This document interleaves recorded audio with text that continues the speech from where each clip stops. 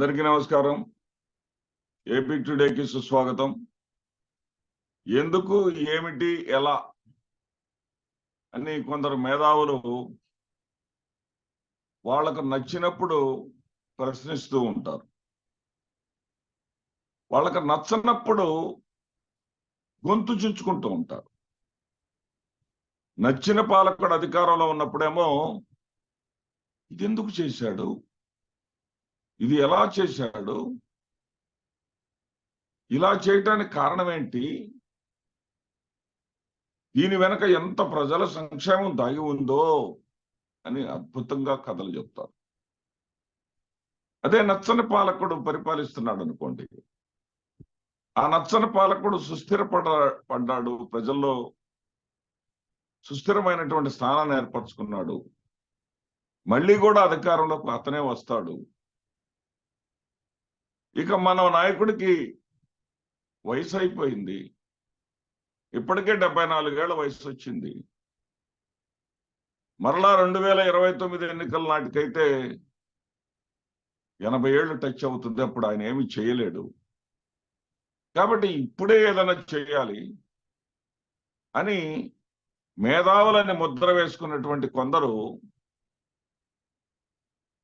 గొంతు చించుకుంటున్నారండి.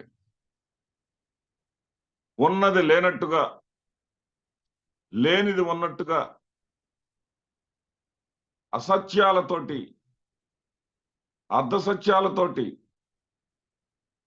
ఖండాంతరమైనటువంటి దేశాలను ఉదాహరణలు తీసుకొస్తూ ఆంధ్రప్రదేశ్లో ఏదో జరిగిపోతుంది అని ఆంధ్రప్రదేశ్ ప్రజల్లో అలజడి సృష్టించాలని ప్రయత్నం చేస్తా ఉంటే మాబోటి చదువుకున్న వాళ్ళకి సిగ్గేస్తుంది. అంటే జగన్మోహన్ రెడ్డి గారు ముఖ్యమంత్రి అయిన తర్వాత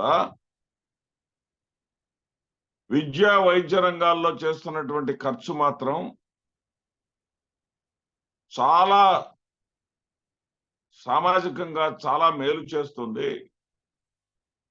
ఎవరు అవినన్నా కాదన్నా ఈ రకంగా ప్రభుత్వం చొరవ తీసుకొని పేదలందరికీ కూడా ఉచిత విద్యను, ఉచిత వైద్యాన్ని అందించాలని ప్రయత్నం చేయటం మాత్రం ఆహ్వానించదగిన పరిణామం అని వేదికలపై సభల్లో చెప్పినటువంటి జయప్రకాష్ నారాయణ గారు ఈ మధ్య గొంతు చించుకుంటున్నాడండి. అసలు ఇన్ని కోట్లు ఖర్చు ఎందుకు అంటున్నాడండి. బడులేం పూరిపాకల్లో పెడితే సరిపోదా, బడులకు భవనాలు కావాలా అన్నట్లుగా మాట్లాడుతున్నాడు. నేను అనలేదు కానీ ఆ మాట, ఆయన మాటలు ఎలా ఉన్నాయంటే ట్యాబ్, మరి ట్యాబ్ ఇవ్వటం ఏంటండి, బ్లాక్ బోర్డుని డిజిటల్ బోర్డుగా మార్చడం ఏంటండి అని యాంకర్ అడిగితే దానికి గతంలో పొగిడిన నోటితోనే ఇప్పుడే అవునండి ఏం చేయనండి ఈ ట్యాబ్స్ ఏంటి, ఎందుకండి అసలు ఈ ట్యాబ్స్ అవసరమా అంటాడండి. మళ్ళీ వాచ్ చూపించి, చేతికి వాచ్ చూపించి, ఈ వాచ్ చూసి టైం చెప్పలేని వాళ్ళు 40% మంది ఉన్నారు ఈ దేశంలో ఇప్పటికి విద్యార్థులు అంటాడండి, ఈ రాష్ట్రంలో విద్యార్థులు అంటాడండి. అంటే వాచ్ చూసి టైం చెప్పలేని పరిస్థితుల్లో విద్యార్థులు ఉన్నారు అంటే దానికి జగన్మోహన్ రెడ్డి గారి కారణమా? ఒకప్పుడు పాఠశాలల్లో ఎంత ఆదివారం వస్తే లేదా 1-2 రోజులు సెలవులు వస్తే ఎంత సంఘ వ్యతిరేక శక్తులు అక్కడ జోదం ఆడతారు,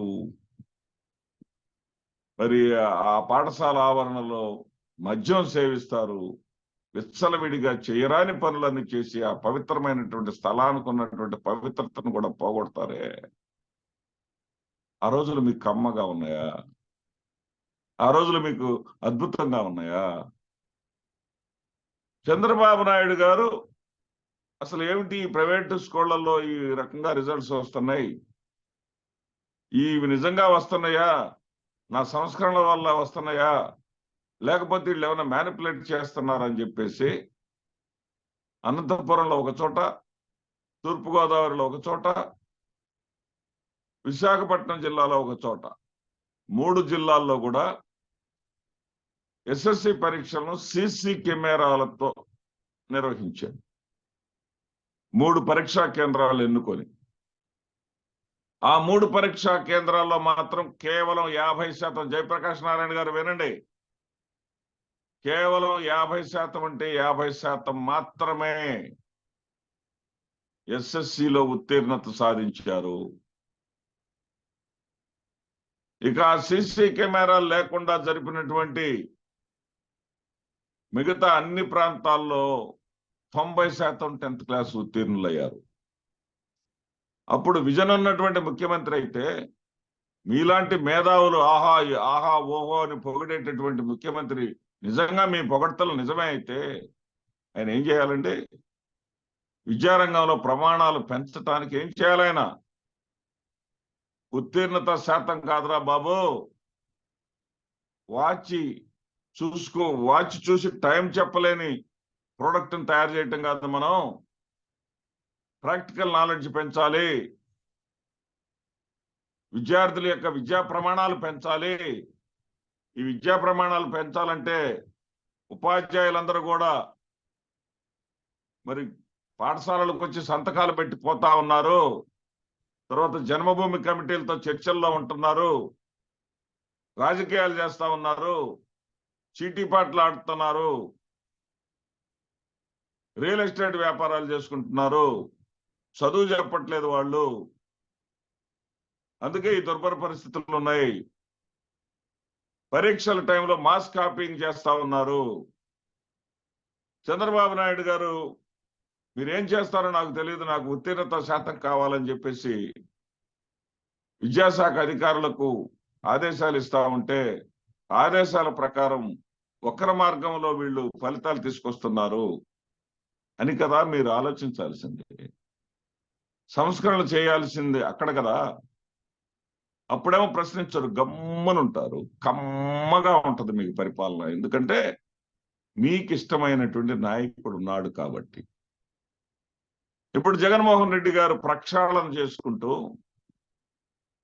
ఒక మనసున్న మనుషులు అంటారు, భారతిరెడ్డి గారిని, జగన్మోహన్ రెడ్డి గారిని చూసి ఇప్పటికైనా సరే మీకు అర్థమైందో లేదు కానీ ఆంధ్రప్రదేశ్ రాష్ట్ర ప్రజలకు చాలా మందికి అర్థమైంది.